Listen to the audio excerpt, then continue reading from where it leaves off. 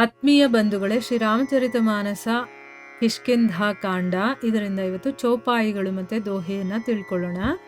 ನಿಜ ಇಚ್ಛಾ ಪ್ರಭು ಅವತರಯಿ ಸುರ ಮಹಿ ಗೋದ್ವಿಜ ಲಾಗಿ ಸಗುಣ ಉಪಾಸಕ ಸಂಗತಃ रहहि मोक्ष सब त्यागी ये ही विधि कथा कहहि बहु भांति गिरि कंदरा सुनी संपाति बाहर सोई देखी बहु कीसा मोहि आहार दीन जगदीसा आजु सबहि कह बच्चन करऊ दिन बहु चले आहार बिनु मरऊ कबहु न मिल भरी उदर आहारा आजु दीन विधि ये कही बारा डर पे गीध बचन सुनिकाना अब भा मरन सत्य हम जाना कपि सब उठे गीध कह देखी जामवंत मन सोच विशेषी कह अंगद बिचारी मन माही धन्य जटायु सम कोवु नाही राम काज कारण तनु त्यागी हरिपुर गयऊ परम बड़ भागी सुनी खग हर्ष शोक जुत बानी आवा निकट कपिन्ह भय मानी तिन्हि अभय करी पूछसी जाई कथा सकल तिन्ह ताही सुनाई सुनी संपाति बंधु कೈ करनी ರಘುಪತಿ ಮಹಿಮಾ ಬಹು ವಿಧಿ ಬರನಿ. ಇವು ಚೌಪಾಯಿಗಳು ಮತ್ತೆ ದೋಹೆ. ಈಗ ಇದರ ಅರ್ಥವನ್ನ ತಿಳ್ಕೊಳ್ಳೋದಕ್ಕೆ ಪ್ರಯತ್ನ ಮಾಡೋಣ. ಇಲ್ಲಿ ತುಳಸಿದಾಸರು ಹೇಳ್ತಾರೆ, ಅಂಗದನಿಗೆ ಜಾಂಬುವಂತರು ರಾಮನ ಬಗ್ಗೆ ಹೇಳ್ತಾ ಇದ್ದಾರೆ.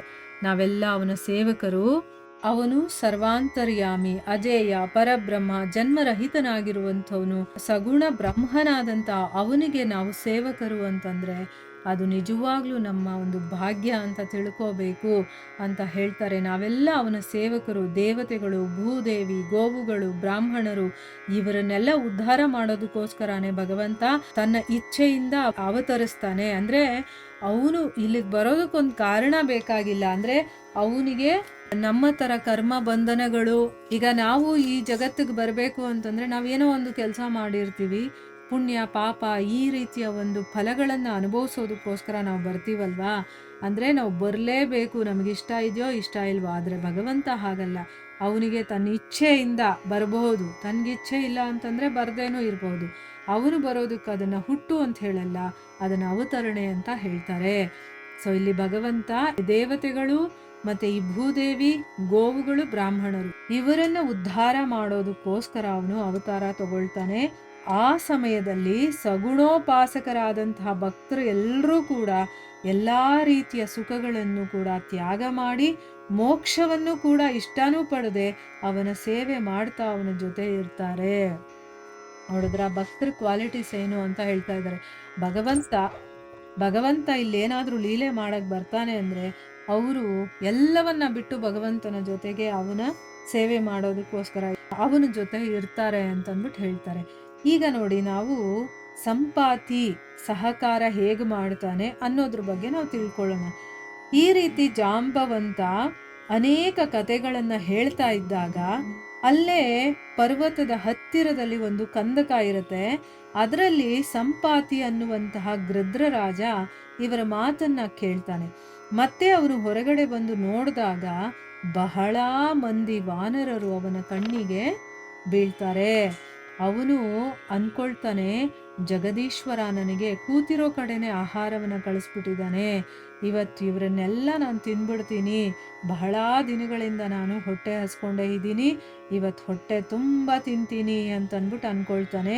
ಅಂದರೆ ತುಂಬ ದಿವಸದಿಂದ ನಾನು ಹೊಟ್ಟೆ ತುಂಬ ಊಟನೇ ಮಾಡಿಲ್ಲ, ಇವತ್ತು ವಿಧಿ ಒಟ್ಟಿಗೆ ನನಗೆ ಇಷ್ಟೊಂದು ಆಹಾರವನ್ನು ಕರುಣಿಸಿದ್ದಾನೆ ಅಂತಂದ್ಬಿಟ್ಟು ಆ ಗೃದ್ರರಾಜ ಅನ್ಕೊಳ್ತಾನೆ.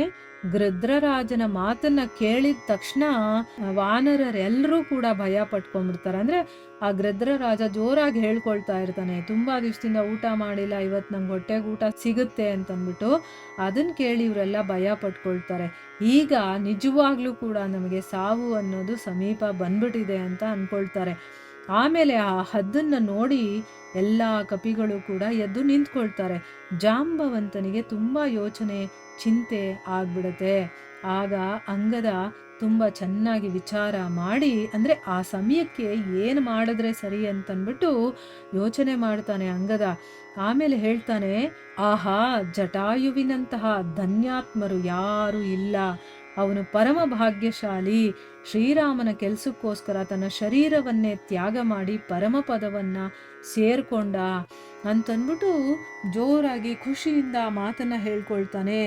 ಸಂಪಾತಿ ಇದಾನಲ್ಲ, ಅವನ ತಮ್ಮನೇ ಜಟಾಯು. ಅದಕ್ಕೆ ಜಟಾಯುವಿನ ವಿಷಯ ಹೇಳಿದಾಗ ಸಂಪಾತಿಯ ಮೈಂಡು ಡೈವರ್ಟ್ ಆಗುತ್ತೆ ಅಂತ ಯೋಚನೆ ಮಾಡಿ ನೋಡಿ, ಅಂಗದ ಎಷ್ಟು ಬುದ್ಧಿವಂತ ಅಂತನ್ಬಿಟ್ಟು ಆ ಸಂಪಾತಿಯ ಮುಂದೆ ಜಟಾಯುವಿನ ವಿಷಯವನ್ನ ಹೇಳ್ತಾನೆ. ತುಂಬಾ ಧನ್ಯಾತ್ಮ ಅವನು ಪರಮ ಭಾಗ್ಯಶಾಲಿ. ಯಾಕಂದ್ರೆ ರಾಮನ ಕೆಲಸ ಮಾಡೋದಕ್ಕೋಸ್ಕರ ತನ್ನ ಶರೀರವನ್ನೇ ತ್ಯಾಗ ಮಾಡಿ ಅವನು ಪರಮಪದವನ್ನ ಸೇರ್ಕೊಂಡ ಅಂತನ್ಬಿಟ್ಟು ಹೇಳ್ತಾನೆ.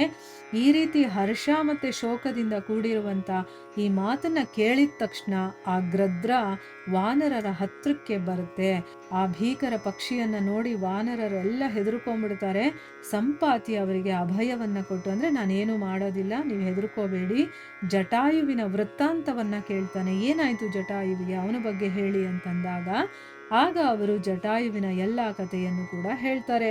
ಸೋದರನಾದ ಜಟಾಯುವಿನ ಸಾಹಸವನ್ನ ಕೇಳಿ ಸಂಪಾತಿ ಶ್ರೀ ರಘುನಾಥನ ಮಹಿಮೆಯನ್ನ ಕೊಂಡಾಡ್ತಾನೆ. ಅಂದ್ರೆ ರಾಮನಿಗೆ ಸಿಕ್ಕಿ ಸೀತೆಯ ವಿಷಯವನ್ನ ಹೇಳ್ತಾನೆ. ಮತ್ತೆ ರಾವಣ ಸೀತೆಯನ್ನ ಕರ್ಕೊಂಡು ಹೋಗ್ಬೇಕಾದ್ರೆ ಅವನಿಗೆ ಅಡ್ಡ ಕಟ್ಟಿ ಅವಳನ್ನ ಕಾಪಾಡೋದಕ್ಕೆ ನೋಡ್ತಾನೆ. ಆವಾಗ ತಾನೇ ಅವನು ಸಾಯೋದು. ಸೊ ಈ ವಿಷಯವೆಲ್ಲ ಗೊತ್ತಾದಾಗ ಸಂಪಾದಿಗೆ ತುಂಬ ಸಂತೋಷ ಆಗುತ್ತೆ. ಆಮೇಲೆ ಶ್ರೀ ರಘುನಾಥನ ಮಹಿಮೆಗಳನ್ನು ಕೂಡ ಅವನು ಕೊಂಡಾಡ್ತಾನೆ. ಮುಂದೇನಾಗುತ್ತೆ ಅಂತ ನಾವು ಮುಂದಿನ ಭಾಗದಲ್ಲಿ ತಿಳ್ಕೊಳ್ಳೋಣ. ಹರೇ ಕೃಷ್ಣ.